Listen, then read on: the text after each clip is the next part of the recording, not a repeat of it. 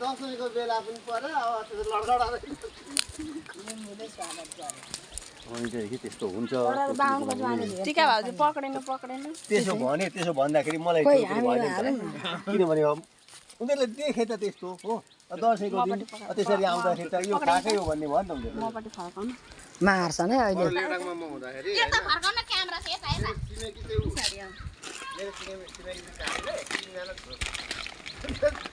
ढेँडो नि मिनी माउन्टेनमा आज सरसफाइ कार्यक्रम एकछिन ल म पनि बालिका दिदी खै बालिका दिदी यहाँ आउनु त एकैछिन बालिका दिदी यहाँ आउनु त एकैछिन म गर्छु आफ्नो सजिलो कहाँ हुन्छ म गरिदिन्छु अरे यसको व्यवस्था छ मिनी माउन्टेनमा म गएँ है यहाँ अब